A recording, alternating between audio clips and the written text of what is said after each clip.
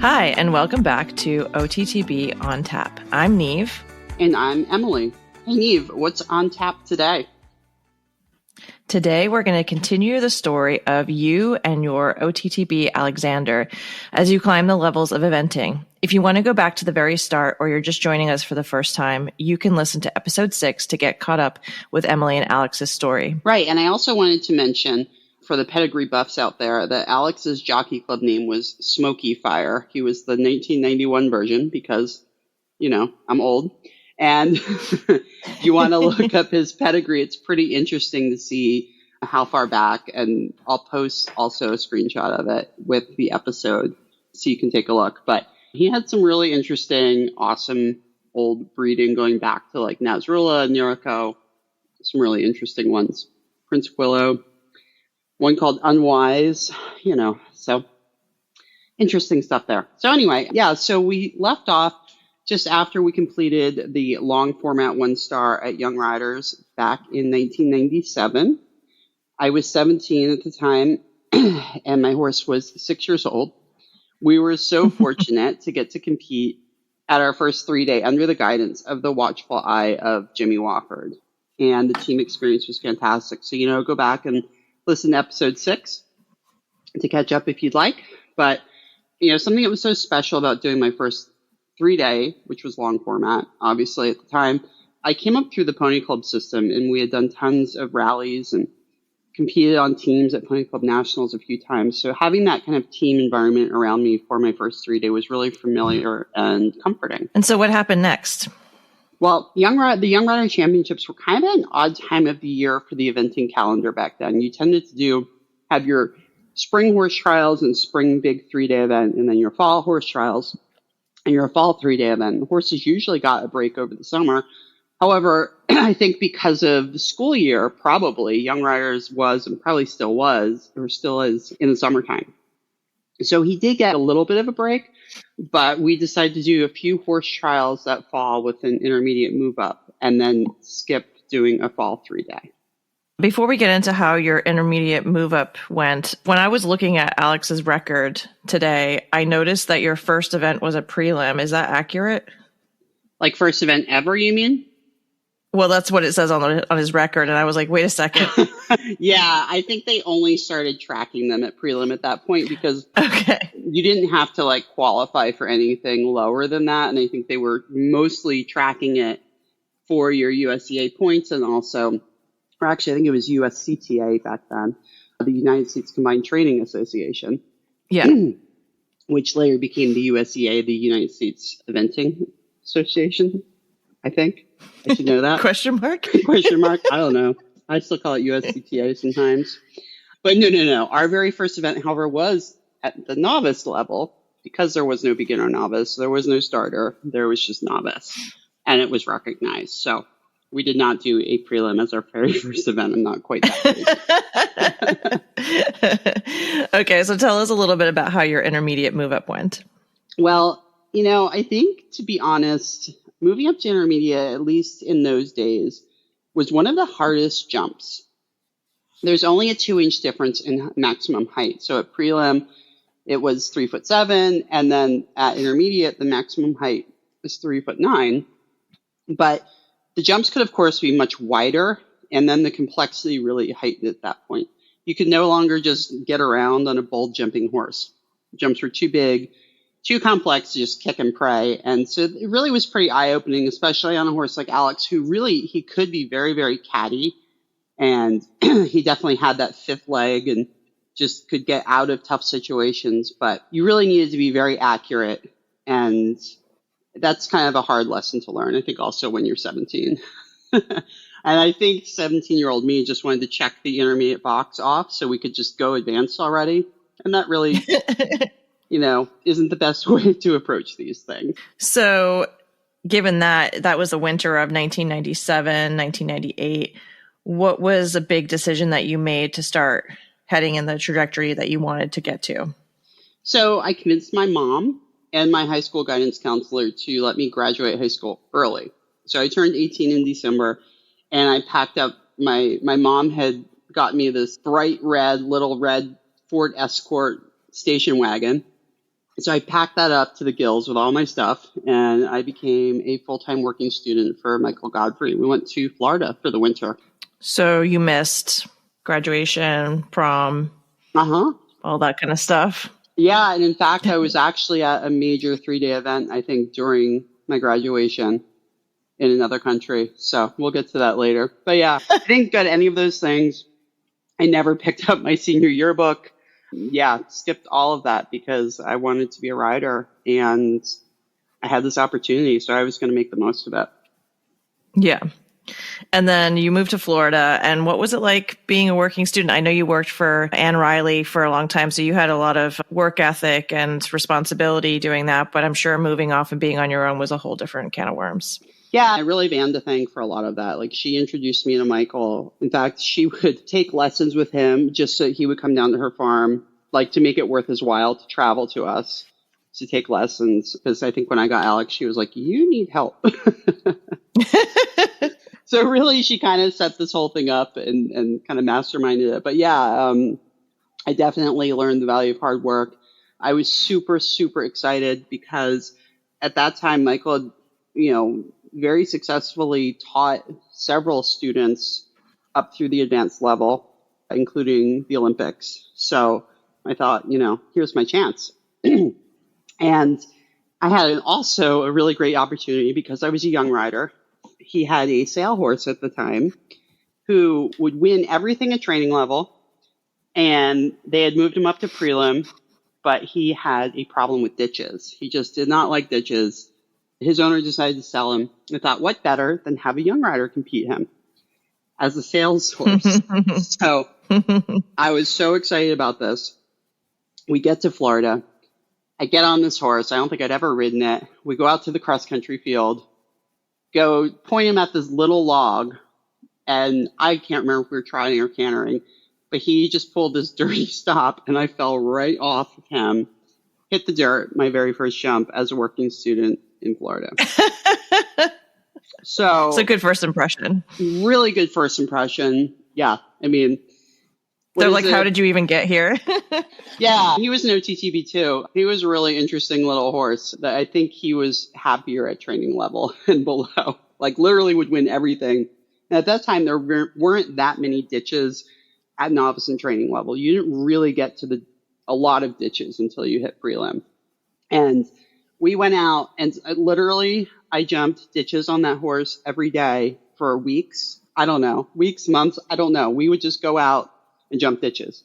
Big ditches, little ditches, ditches with no like preparation every single day. And then took him, our first event was prelim, of course, because, that's what you do. And I was so mad. There was a huge coffin jump on the course. And for those of you that aren't eventing enthusiasts, the coffin jump sounds ominous because it is. It's usually a log or jump as the first element. Oftentimes you go down a very steep slope with one or two strides over a ditch, up a very steep slope, and over another jump. Well, this was a particularly kind of big and nasty coffin. And unfortunately, we got eliminated, but I was really upset about it. I tried to be smart. We had to stop at the first jump. So I took him around. I jumped the ditch. Then we jumped the whole thing. But I think we crossed our tracks or something like that. So they ended up pulling me up because we unfortunately got eliminated there. But anyway, I'm getting off topic. But that was just one part of the experience of being a working student, along with everything. Like, we probably had 10 horses at least. So mucking all the stalls, doing all the water buckets, exercising and doing trot sets and gallop sets on the upper level horses, helping tack up sales horses, all that stuff, probably 7 days a week, maybe 6 days a week. Maybe I got a day off here and there, but I loved every minute of it. And it's different than being a working student for an upper level rider in modern day eventing, because when you're talking about doing trot sets and gallop sets, it's a whole different world, right? I mean, you're not just out there getting them ready for a short format eventing, and you're getting them ready for roads and tracks and all of that. So yeah, the advanced horses every single day would trot for, depending on the time of year, between 45 minutes and an hour of just straight trotting. And then they would canter for 10 minutes every day. Yeah. And 10 minutes is a really long time to canter a horse.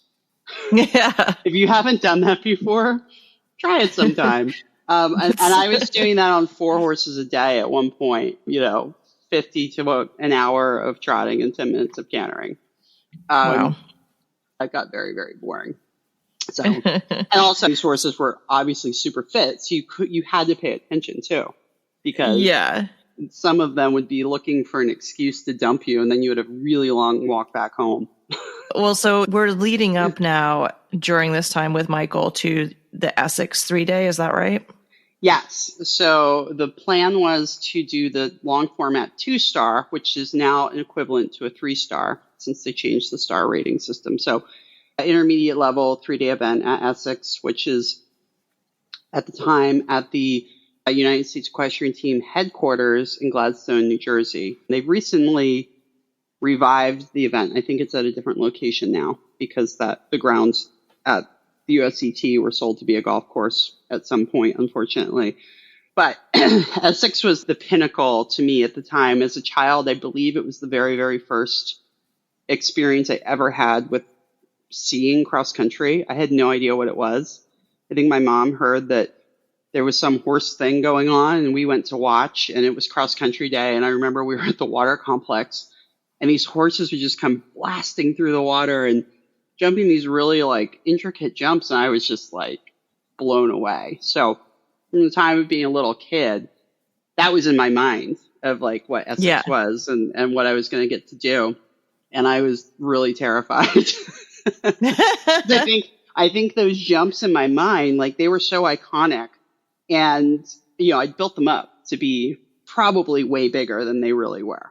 So, yeah, there was the big water complex. I think it was probably a vertical with a drop in, several strides up to a bounce bank back into the water, and then there was probably like a bank and something coming out with like a huge crowd around it watching. They did another jump. I think it was called the Watery Grave. I think. At least that's what I called it. That's just mean.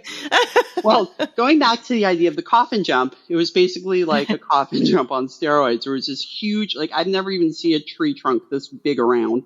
Huge, big, giant tree trunk going from the light of a field, jumping into the woods, into a hollow. So you jump this huge tree trunk, or you would have, and you go down a very, very steep hill. And then there was basically a sunken road filled with water.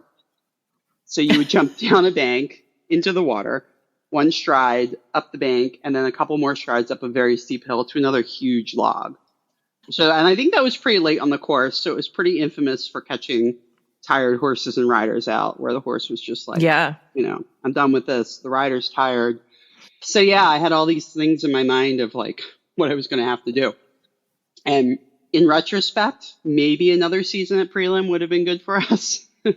But it's tough with a horse like that. Like I think we all knew, or at least I thought, I didn't know because I'd never done it before, but back in that day, the horse like that, they weren't really good until they were at the top level, because you weren't going to win the dressage. You needed to put what's so great about a thoroughbred and use it to your advantage, which you didn't really hit until you got to the top levels.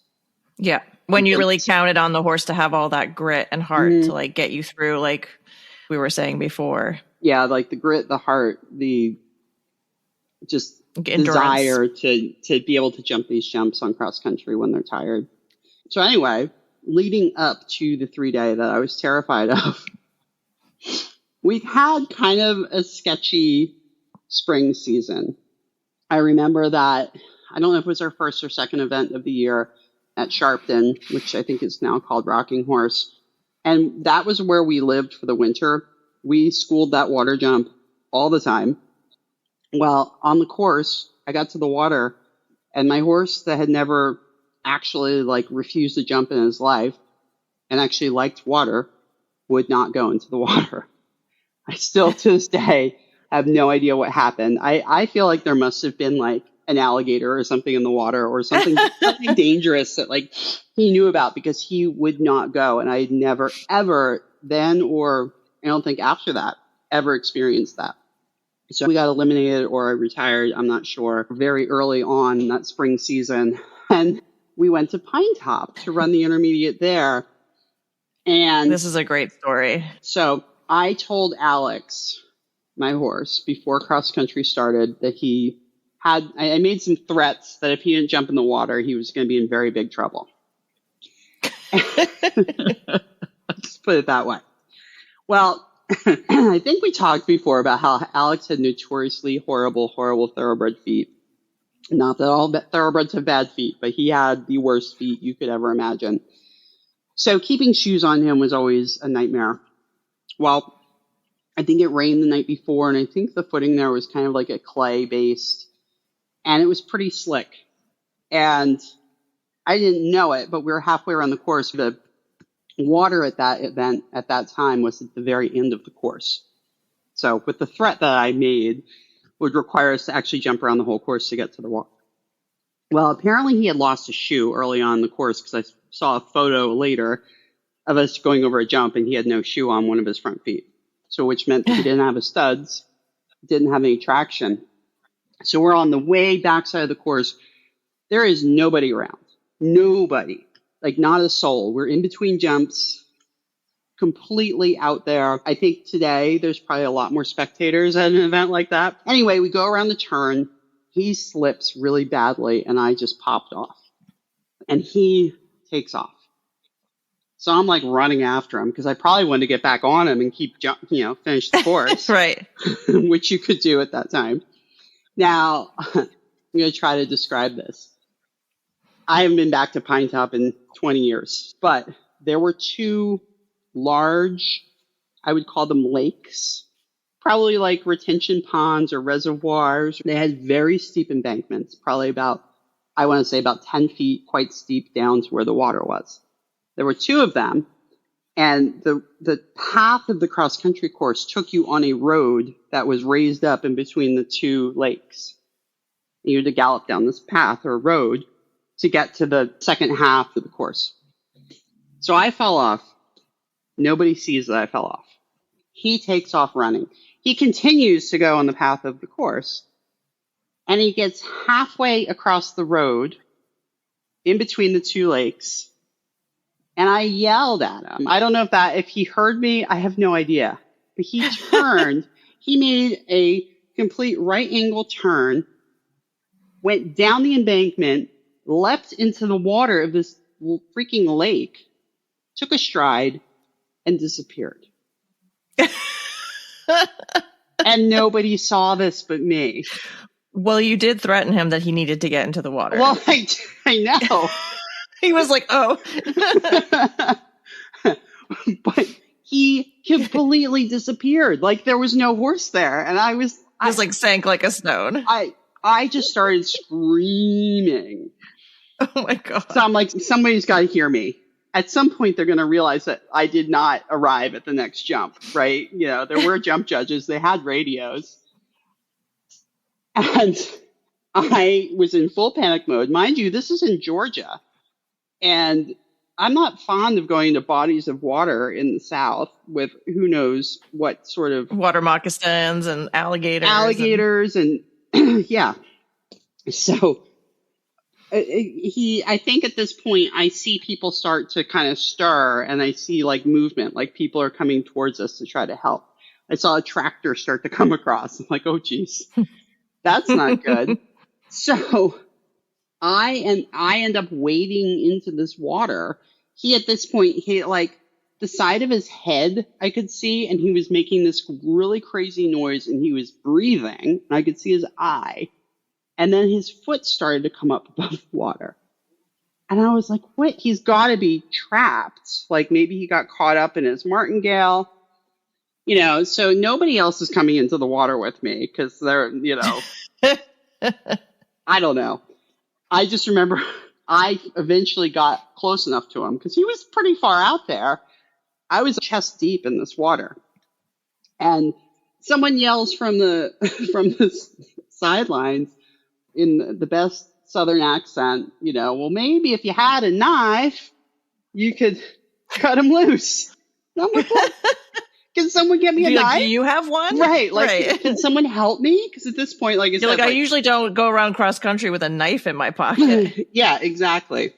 So at that point, I was close enough to him, and he was sort of floating. And I grabbed his reins, and he stood up and followed me out of the water. He was just like floating there, being a weirdo. I think he just was in shock, or I don't know. Oh, probably, yeah. I think he didn't know what happened, but he was totally fine. He just wanted to stick it to you, I think. Yeah, so I pull him out of the water, and let me tell you, I could barely lead him back to the barn. He, like a dog after they get a bath, and they just go crazy? That's like what he did. Like, we pulled his tack off. I don't even know. My saddle was like completely saturated. And I had to lead him back to the barn, which was not the easiest thing in my life. But he was 100% fine. He did not breathe in any water. He did not have any injuries. He was not caught on anything. He was just in the middle of this lake in Georgia underwater. And then the best part is, well, I didn't train with Jimmy very much after Young Riders. We would always chat at events, and he always kind of followed along and would give, help me with course walks or whatever I needed. And I guess they had started filming a series or something to help popularize eventing in the United States. So there was some sort of filming going on of the advanced levels, and Jimmy was doing commentary for it. And he said that someone had taken a video of like me leading Alex out of the lake, and they showed it to him, and they're like, "You got to see this. You're never going to believe it." Obviously, he recognized me. So at the next event, he came up and asked me if I had my swimmies ready for a cross country phase in classic Jimmy form. So after the lake incident at Pine Top, then what came next? We had to go to Southern Pines for our next intermediate run. And they had a very formidable water complex. And I don't think I had time to actually school cross country in between. And I thought, well, Jesus, he would not go in the water at Sharpton. Then I fall off stupidly, and he jumps into a lake. So if he had how's this going to go? Right, like he had like a water phobia before. Like, how's it going to go now? And I think I've said before, like, cross-country schooling wasn't the same back then as it is today. Like, there were not dedicated facilities that you could just go to in order to cross-country school. They would be, most of them were actual places the events were held, and they would maybe allow schooling like a couple times a year, or maybe the day after an event or something like that. But it was not like you could just go schooling whenever you wanted. So if I recall correctly, the water at Southern Pines had like a bounce in or something, or a bounce out. But I remember it was not easy. And he jumped right in. We had a great run. Like nothing ever happened. So I don't know. That must have given you a lot of confidence, at least. It did. And we had really good runs at Morven Park and also North Georgia, which were both really big tracks. And I had one more run before Essex. And I was feeling pretty good at this point. I was like, okay, I think we're ready to do this.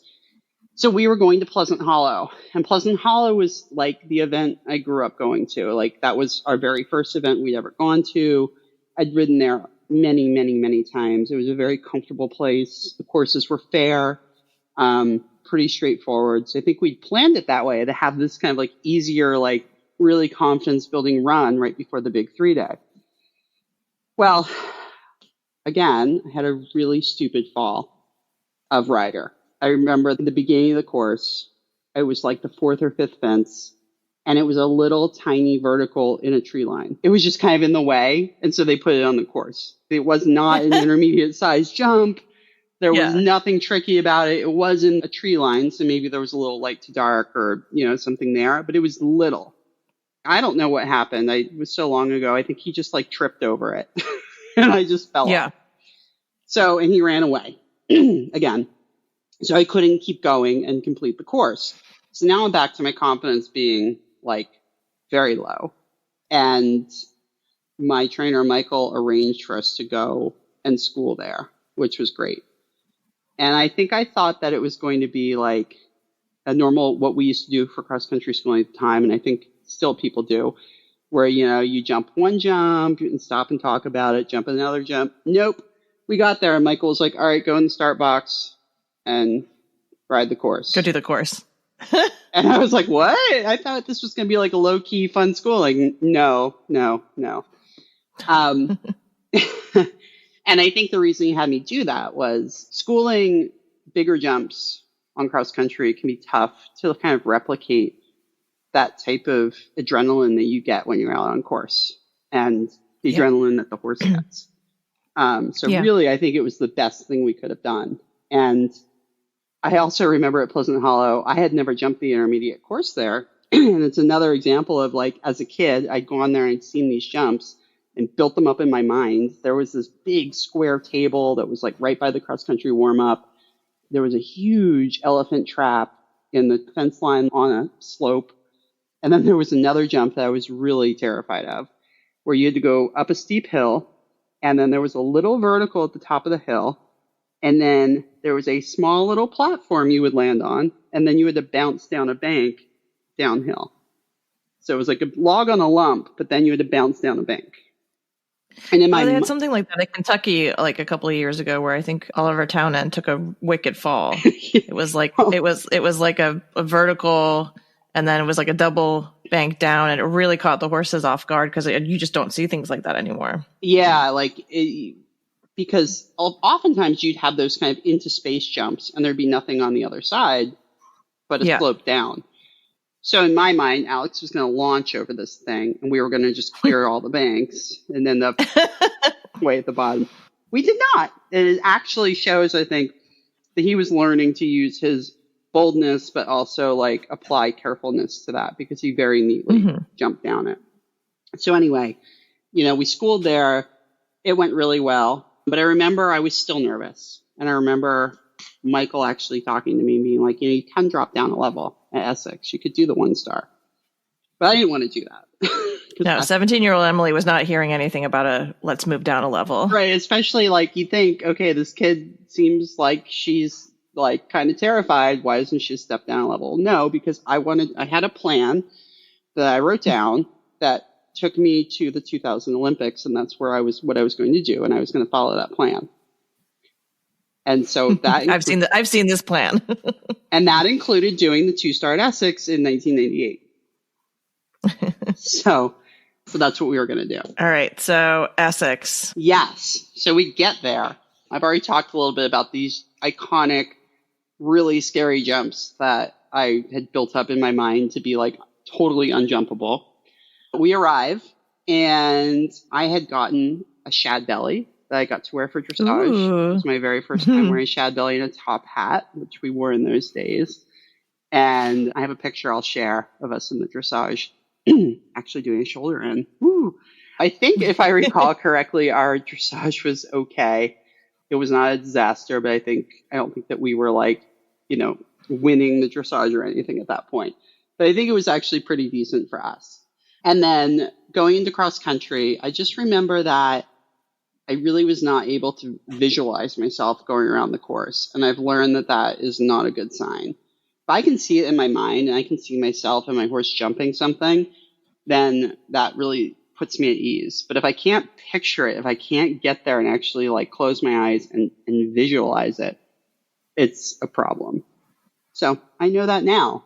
But at the time, I was going to go out and do this. And Essex was in the spring, and the steeplechase course, because again, this is a long format. So we had roads and tracks, which is you go out and trot for 15, 20 minutes. Then you go and do a steeplechase course at much faster than cross-country speed over brush jumps by yourself, not with other horses like a steeplechase that you would think of today. Then you would do like a 40 or 50-minute trot sometimes, I think. And then you would come into what they called the vet box for 10 minutes. The horse would be evaluated by veterinarians. If everything seemed fine, they'd let you go out and cross country at that point. That's when you would start your cross country course. So anyway, the steeplechase was on this huge pasture. I think it might have been on Jackie O's estate or something like that. It was just this really, really beautiful countryside. It was a big figure 8 track, and the cross of the 8 was at the lowest point of the pasture, and the footing was quite deep because it was spring and it rained a lot. So Alex, of course, true to form, pulled both of his front shoes on course and had to get them tacked on by the farrier at the end of steeplechase, which is really difficult to do. Oh my God. When you have a very hyped up, very fit monster, 17-hand monster thoroughbred. And what we would do is we would have an old set of shoes that the horse had worn, and we would have them pre-filled with the same studs that we were using that day so that the farrier could literally just tack it on. But, it was just a very difficult task. So anyway, we continue on roads and tracks. Everything seemed fine, but we got to the 10-minute box, and he jogged up, and the vets didn't feel that he was 100%, which was understandable.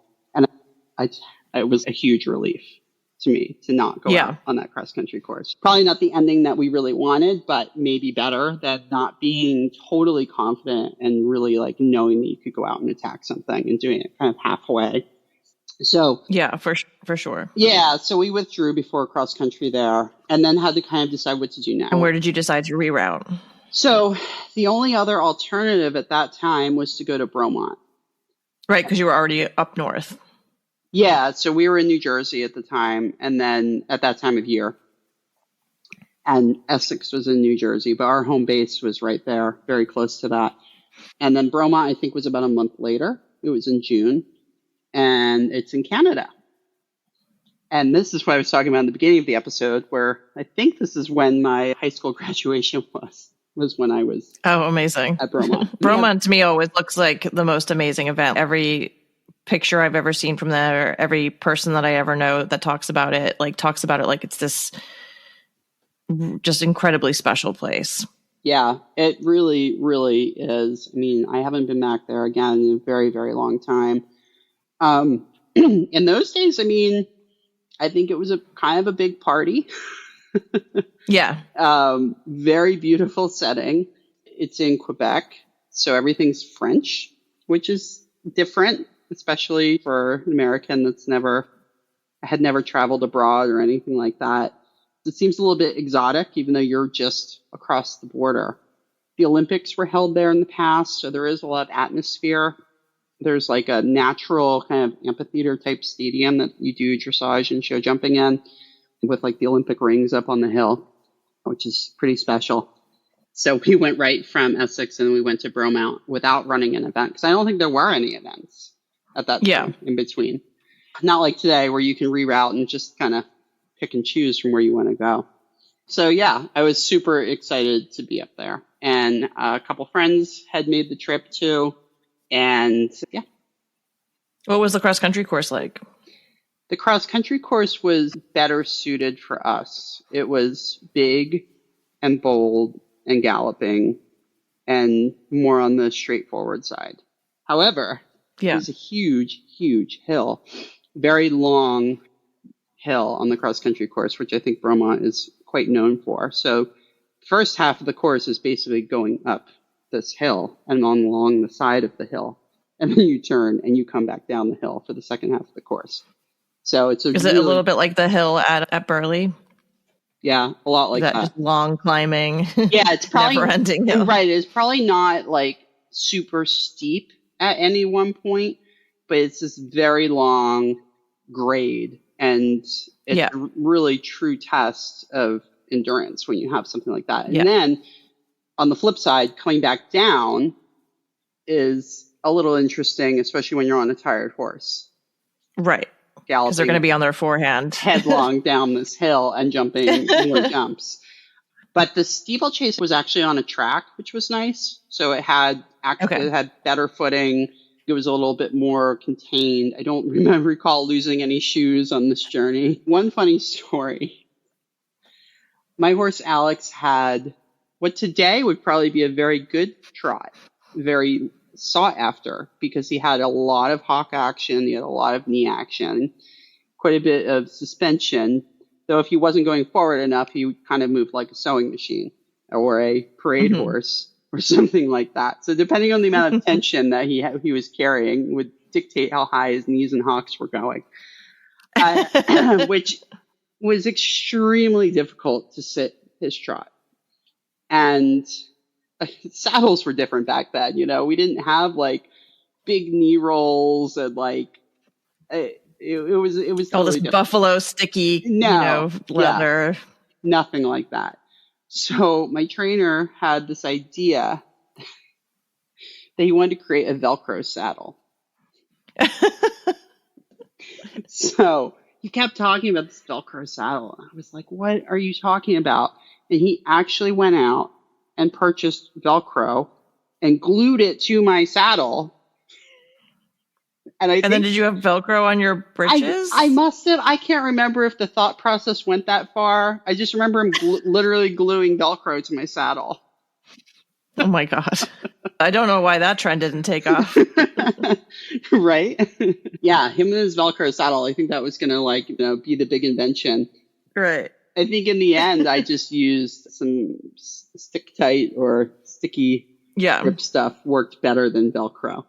But I think our dressage was actually like halfway decent and was improving. I don't think we ever like gave it the time for his training to catch up to the level that we were at because we just wanted to get him to the upper levels. And so again, totally different than how it would be today. But so the cross country course was huge and galloping.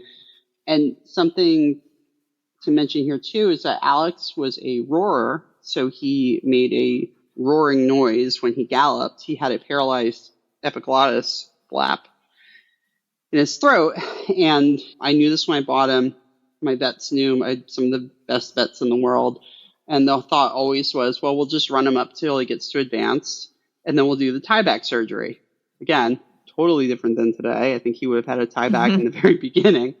So here I am on this horse with half a wind also. Right. The hill really took it out of him, I would say. I think that's where it became very clear that in order to run advanced and run successfully at these levels, we were going to need to do the tieback surgery.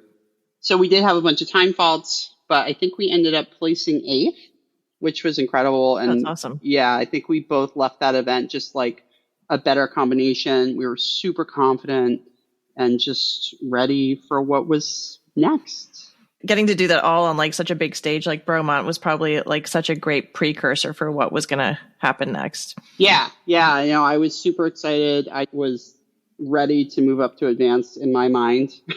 Up next, we'll be talking about Alex and my foray into the blue numbers or the advanced level and that little place called Kentucky. If you guys liked what you heard today, please leave us a 5-star review on Apple Podcasts or Spotify or wherever you listen to your favorite podcasts. And you can find us on social media. Look for OTTB on Tap on Facebook, Instagram, TikTok, and also our website, www.ottbontap.com. And feel free to reach out to us on any of those platforms or even send us an email. We'd love to hear from you. Bye. See you next time.